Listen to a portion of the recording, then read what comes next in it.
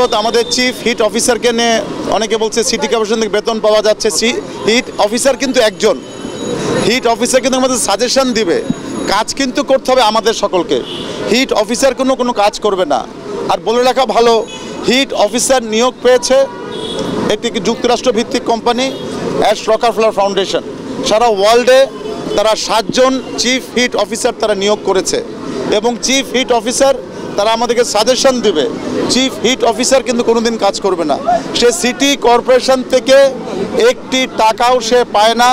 আমি আগেও বলেছি সিটি কর্পোরেশনে তার কোনো বসারও বন্দোবস্ত নাই, তার কোনো চেয়ারও কিন্তু নাই। এটি সম্পূর্ণ যে ইন্টারন্যাশনাল যে মাল্টিন্যাশনাল কোম্পানি যারা আছে তারা শুধু আমাদের বাংলাদেশে না, তারা বিশ্বের 60টি দেশে সকল মহিলা তারা নিয়োগ করেছে। চিফ হিট অফিসার আমি তাদেরকে বলেছিলাম তোমরা মহিলা কেন নিয়োগ করেছো, তারা বলেছে কারণ মহিলারা গরমের সময় অনুভবটা বেশি হয়, এই জন্যই তারা মহিলাদেরকে নিয়োগ করেছে।